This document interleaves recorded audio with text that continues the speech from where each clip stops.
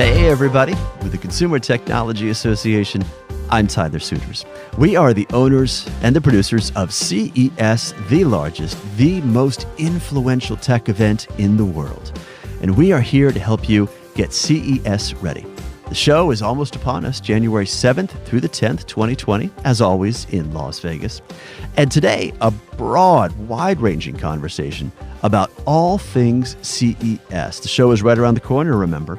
Now, a little bit of a scene setter for you.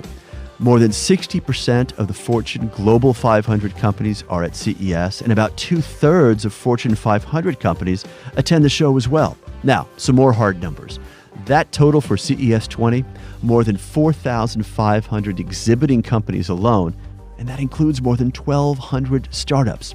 So today, a conversation with the leaders of CES and the Consumer Technology Association, CTA, about how technology is changing our lives for the better, both locally and on a global scale, and how CES will demonstrate that. Also, what's new in 2020, and some of the tech trends you can expect to see as you're navigating the show. Also, a dive into the growing areas, including major themes like C-Space and the intersection of content, marketing, entertainment, and media. Digital health, the way we are better monitoring our own wellness and getting better outcomes working with our caregivers and doctors. Also, smart cities, changing and improving the way we live, both our everyday lives and at home.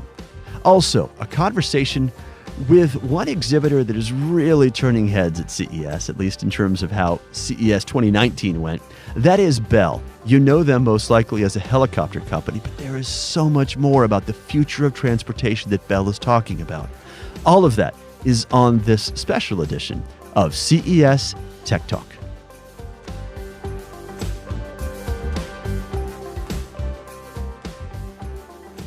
With us now is Karen Chupka, the Executive Vice President of CES. Karen, thank you. Thank you, Tyler. Also, Gary Shapiro, who is the President and CEO of the Consumer Technology Association. Gary, as always, great to have you with us. As always, it's great to be here, and I'm so excited to be here with Karen and you, as I feel like I've hit the jackpot. New decade, new show. What's new for CES in 2020? Well, we have a couple of great new things this year. First off, one of our new areas that we're focusing on for CES 2020 is travel and tourism. You may have noticed that we have announced Delta is one of our keynoters this year.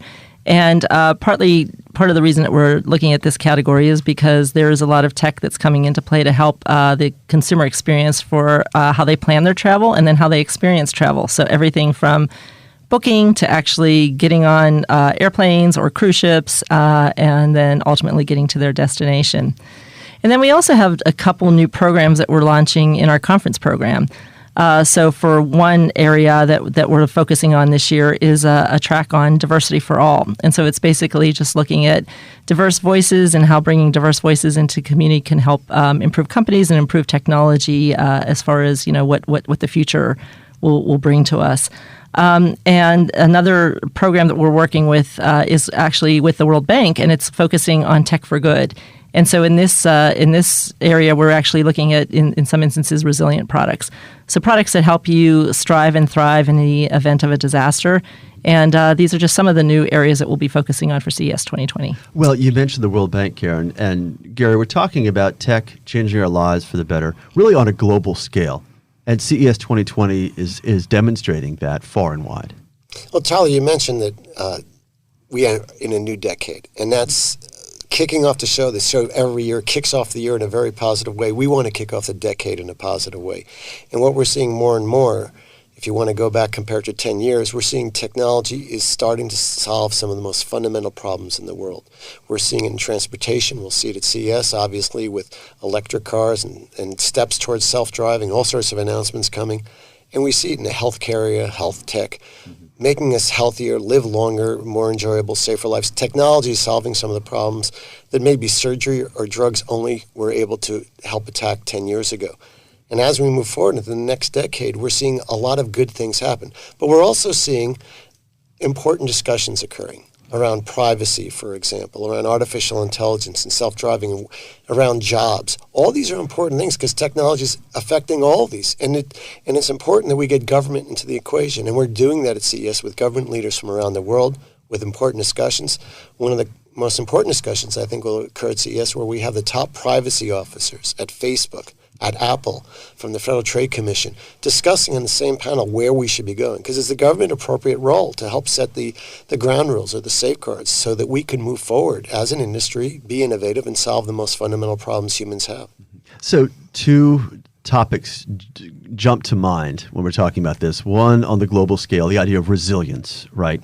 The other is a bit more local or urbanized, which is smart cities. Two distinct topics, but really closely linked, right, as far as how tech is changing our lives, how it's improving both proactively how we live, but also reactively in the case of disaster, Karen. You know, absolutely, and that's actually one of the reasons that we have them located next to each other at the show floor, because the stories are very intertwined. And you know, we're seeing it how technologies are changing cities for the better. Everything from energy management to emergency management, as well as just connected transportation. So that is a very large story for us at CES is just the whole smart city experience. And, you know, we're also seeing even just from a vehicle side that the story is changing from driverless car into more transportation. So things like short distance transportation, but also human drones and other ways of kind of getting around. In fact, you will see a flying car at CES 2020. So those things are kind of related. And then as a result of that, if you're putting all this technology into cities, then you have to have redundancies and you have to have ways that you can continue to, to function in the event that something does go wrong. Mm-hmm.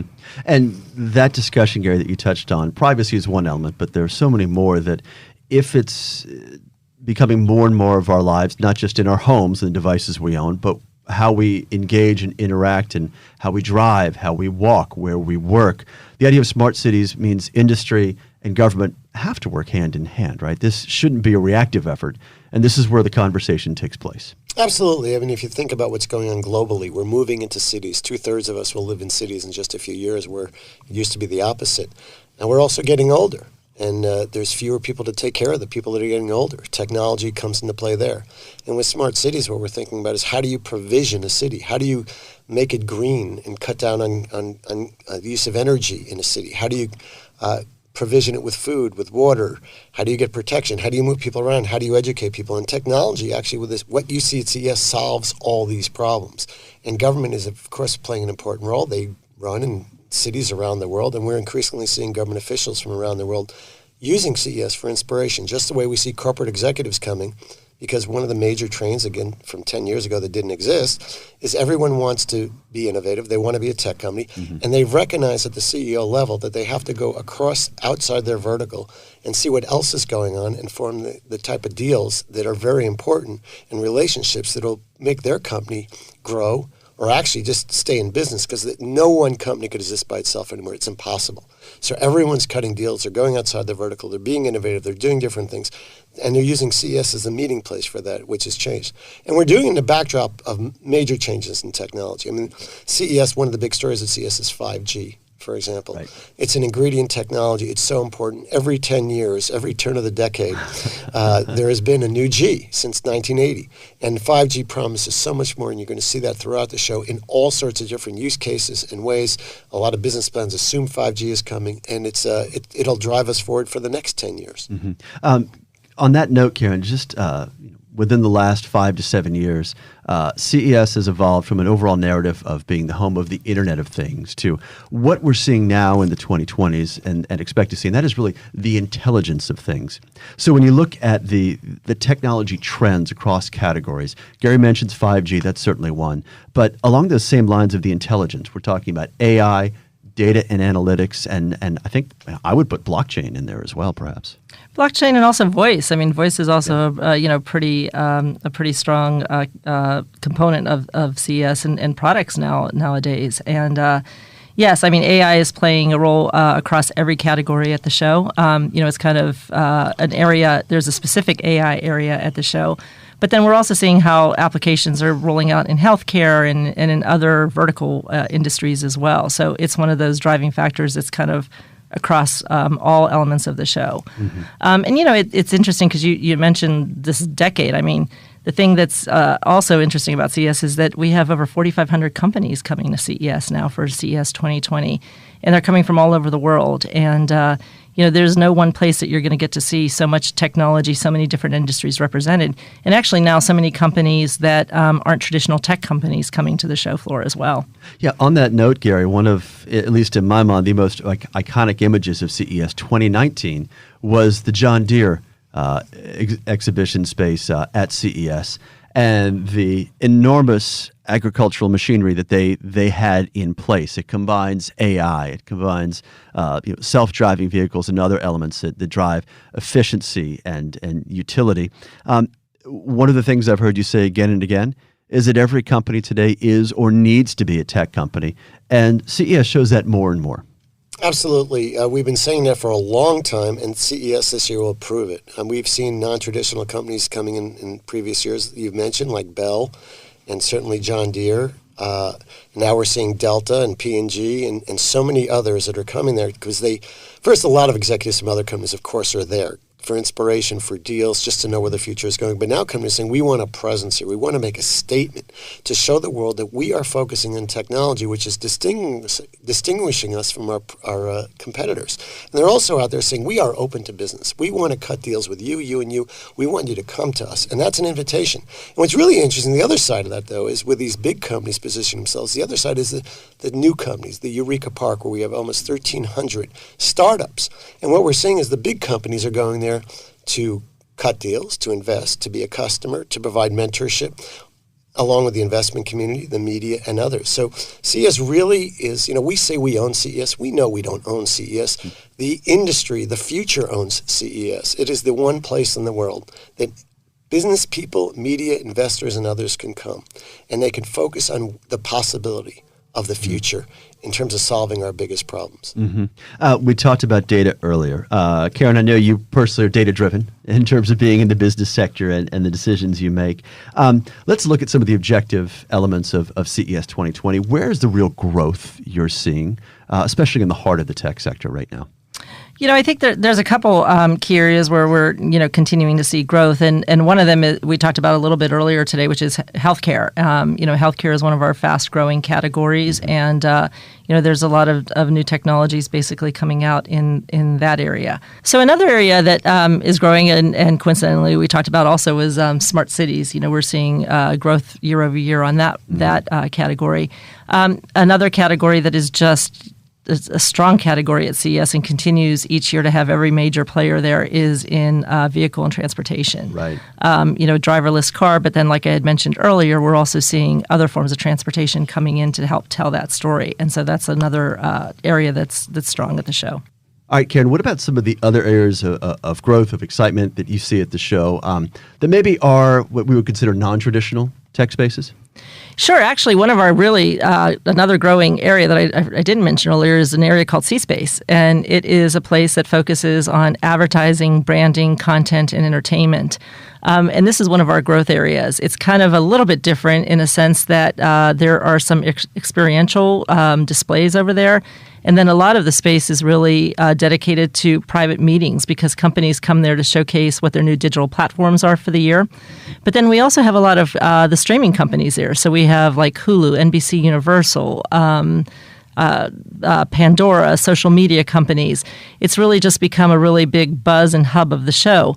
And actually, one of the things that we've done this year also is we've expanded that story to include sports technology. And so now at the C-Space area located next to it is an area that's also focused on how technology is influencing the sports world. So covering everything from, e-gaming to NFL to Formula One racing to looking at how it's changing the fan experience, how athletes are using technology to better measure their performance, and basically helping with brand engagement.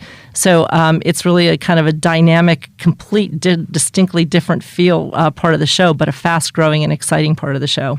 All right, I'm going to tap you both for pro tips on navigating CES. Gary, start with you. I hear you say again and again that Eureka Park is one of your favorite areas of discovery. How do you get there and visit it and learn and engage effectively among all those startups? Well, if you want to engage the whole show, obviously you download our app, which has so much in there, and you plan ahead, and you have comfortable shoes and drink plenty of water and not that much alcohol. But Eureka Park is, in a sense, an exception. It's actually almost a lot of serendipities involved. You have to walk up and down the aisles quickly, and whatever attracts you, just stop and start engaging.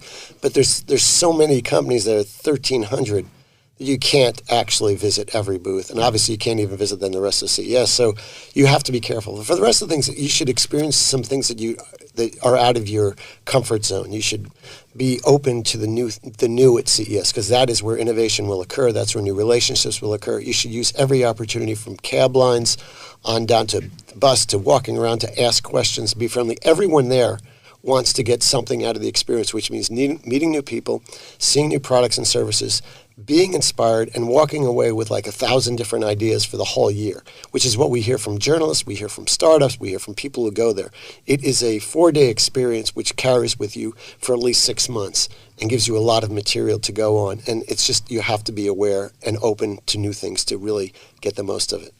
2 elements out of that, Karen, to pull out for you and get your pro tip. One is the amount of meetings and meaningful engagements and conversations you can have in a 4-day period during CES. The other is planning ahead, like Gary said, getting your game plan together, downloading the app, getting a strategy in place, because there is some serendipity, but you want to be efficient as well. Absolutely. And, we know that an average CES attendee will have something like 33 meetings scheduled during the course of the week of CES. But it's actually interesting because a lot of times, even before CES opens, I'll run into somebody on the floor and, help them kind of find where their next location, or help give them some directions. And I'll say, hey, what are you here for? How's the event been, even though it hasn't started?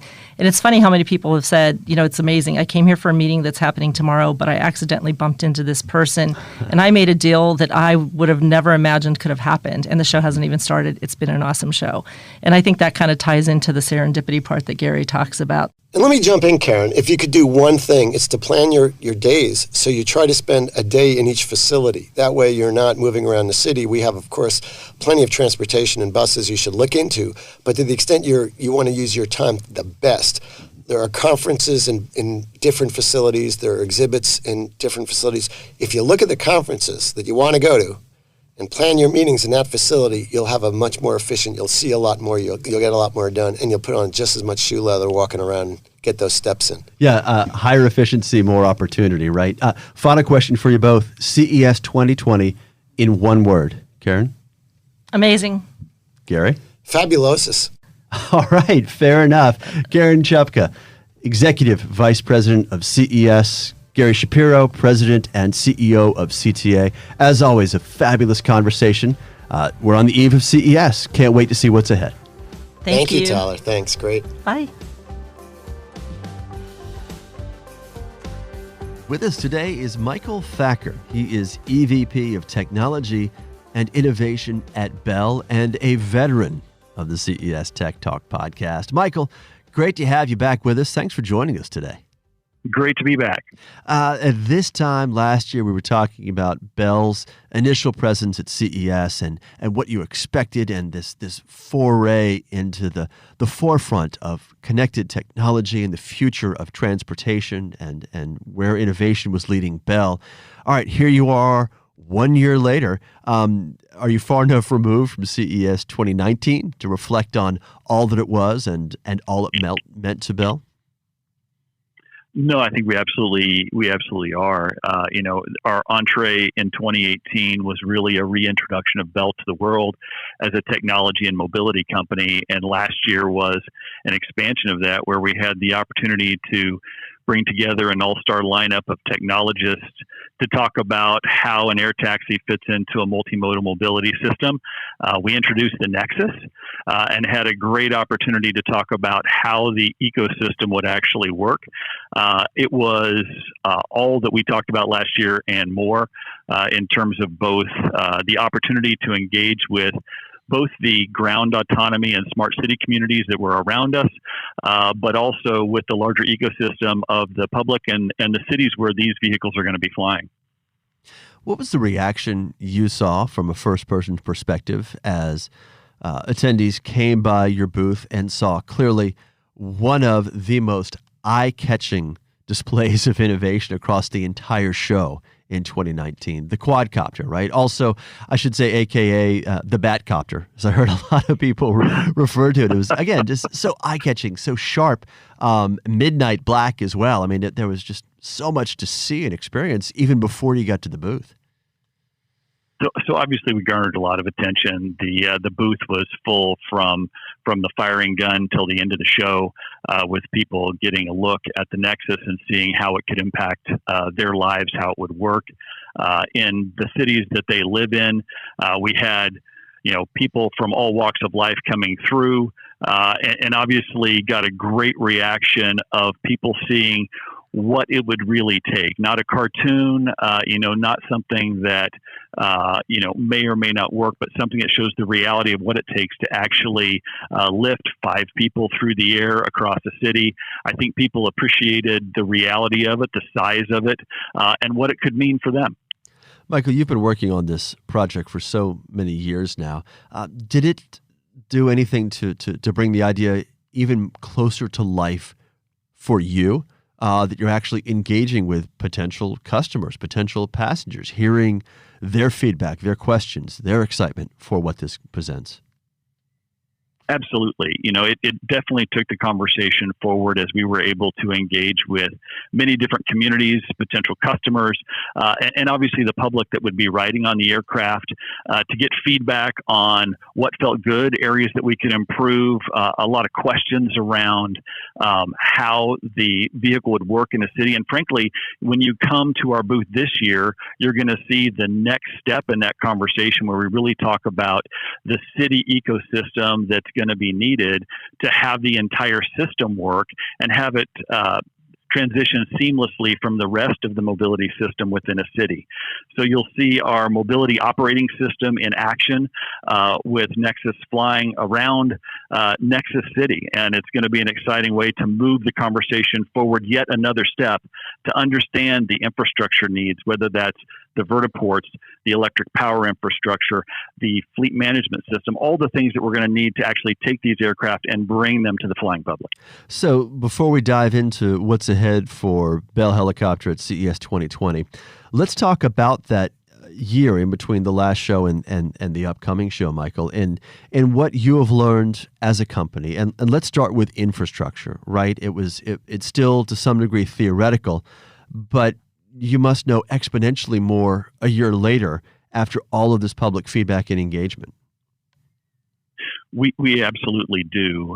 In terms of what it's going to take to be able to move about the cities, we've also advanced in terms of technology for the aircraft itself. And you'll see that in this year's booth as well, as we really unlock the urban mission with a full electric configuration. You'll remember that last year we showed a hybrid configuration, which unlocks additional range and capability for city-to-city type transportation. This year, you're going to see a view of what it really would look like for within the city transportation and how that changes the configuration to make it more efficient, to make it even quieter, and to make it really work well within those constraints of infrastructure, of power, and of how it can interact with the rest of the city. A bit of a more nebulous angle on the infrastructure issue. That is the idea of smart cities. How quickly is the public adapting to them, in your view, and how quickly are they coming to life around the U.S. specifically in what you've seen?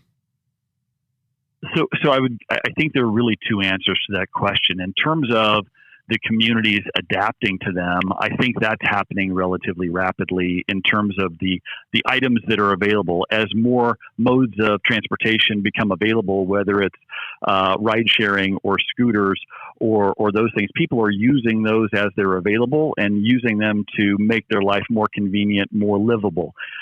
In terms of how soon will we see a real implementation of a fully thought out smart city, that takes a little bit longer in the sense that infrastructure projects to change mobility hubs, to create new systems, whether that be on the ground or in the air, does take a bit of time. And that's why it's really important for us to have the conversation now about what are the requirements for a vertiport, what are the requirements for power, for space, and how do you turn that not just into a mobility hub, but to an economic hub with shopping, with living, with work for people within those communities, and how do you make it a driver for the cities of further growth and well-being for everybody involved.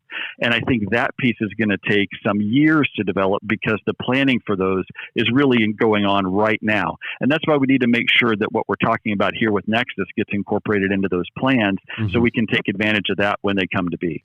Well, and you are far from the only innovative tech company that is moving in this direction and pushing for what is possible for smart cities. More partnership growth at Bell Helicopter, Michael? Are you finding more and more private sector partners who share this vision or want to be a part of the supportive network here? No, absolutely we have. Obviously in 2019, we brought partners from primarily the aviation space, along with a couple of startups in electric technology, to talk about what we needed to do from a technology standpoint to make the aircraft work within the system. This year, you're going to see us with partners who are looking at the larger system. And frankly, Consumer Electronics Show has been a great place for us to engage with technology community, whether it's the digital infrastructure behind what we're doing or the smart cities themselves, and really be able to engage with people about how we make it all tie together.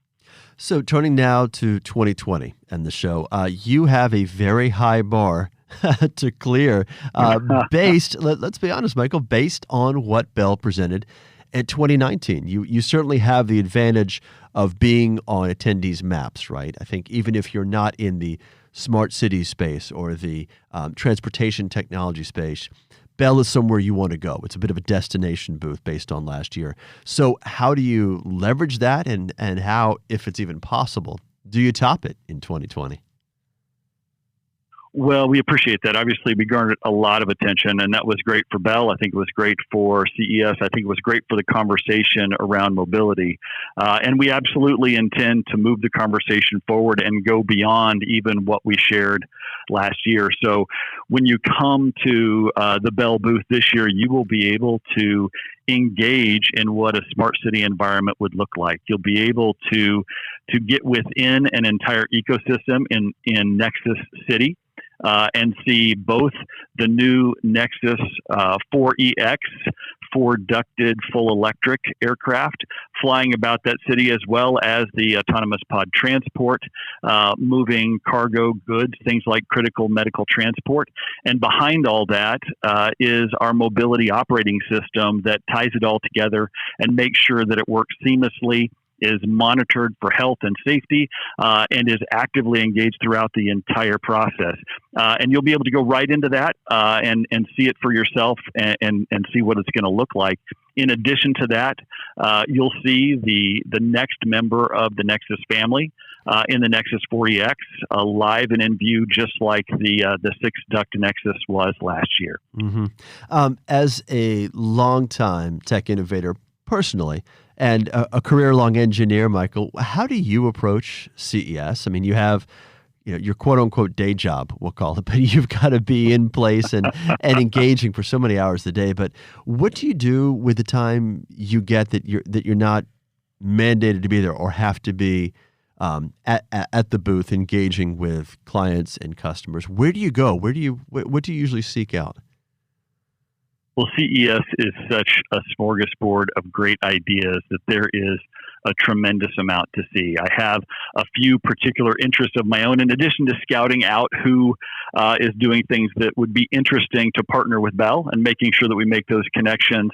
I definitely go through all of the mobility space and the smart city space as we discussed, but I also look at the accessibility space. It's an area of interest to me to make sure that we are looking at how do we make what we do at Bell accessible to as many people as possible, no matter what their abilities are. And so I look at what's going on there. I have some personal reasons for doing that as well. I also have a real interest in music, and so I usually go to some of the areas with audio activity and catch up on what's the latest there and what I can look forward to bringing into my own home. So one area in which you have to top the metric you set in 2019 is in celebrity appearances at the booth. Kanye West was at the booth and apparently spent a fair amount of time there. That's got to be one of the more surreal moments when you're dealing with so many B2B customers and clients and conversations. And then you have a music mogul stop by and say, hey, what's this? It looks cool. That was an amazing moment, and like you say, not just a music mogul, but somebody who really influences culture and people's thoughts and people's views of what is cool and real. And so to have him spend as much time as he did was amazing. It was a great opportunity for the team and a great opportunity for Bell. So we really appreciated that. And you tell me, I'm not sure how to top that, but if there's a way to do it, we're going to make it happen. Well, that's, speaking candidly, Michael, that's part of the serendipity at CES. It's not just the business conversations and the remarkable deals that get done, sometimes between vastly disparate partners, but you never know whom you're going to see. And that is a blast. Yeah. But having the Batcopter in place is a pretty good draw from word of mouth. Final question for you, Michael, wrap it up on the business side of it. What is Bell Helicopter strategy in and around the tech sector and to some degree CES? I mean, we so often say every company is or needs to be a technology company in today's marketplace. Well, Bell always has been a tech company, but now it's really becoming a connected technology company as well. So what do the years ahead mean to you? So for us, it really is about making those connections. We know the parts that we do well. We're growing some areas that we need to improve and position ourselves for the decades to come, but we also can't do it alone. And CES is the perfect place for us to engage with technology and business partners who can bring the entire ecosystem together. I think you'll see the next step in that at our booth in 2020, but obviously that's going to go on into the future. So, as we need to engage in things that are built on a cloud infrastructure, we're not going to be a cloud company, but we certainly need to engage with them to be able to layer on top of that the capabilities we need for the systems we need to put in place. We're going to be engaging with communities as they think about how does that smart city look in the future, and it's not going to be a one-size-fits-all, right? There's going to be different implementations for different sizes and locations of communities and geographies and demographics, and so we want to be there with them to be their partner in making those things become reality. Michael Thacker is EVP of Technology and Innovation at Bell. Do yourself a favor, get to North Hall and check out the Bell Helicopter exhibit. It is eye-catching, it is memorable, and come on, how great will that be on social media, getting those pictures? And if you need to find it specifically, just go to the CES app, download it, or check it out on your smartphone, and it will show you exactly where you need to go. Michael, once again, another great conversation. Looking forward to seeing you tomorrow at CES 2020. I look forward to seeing you as well.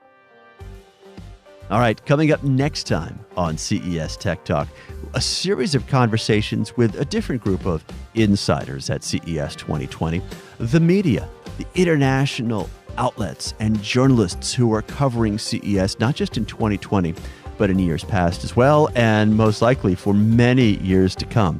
Their takes on where the trends are heading at CES 2020, the hottest products and technologies that they've seen, and also their overall view about the driving trends, AI, 5G, blockchain, just to name a few. That's all coming up in the next several editions of CES Tech Talk. In the meantime, that does it for this episode. As always, subscribe to this podcast so you can check out all our back episodes of CES Tech Talk and also get updates about what's to come in future editions.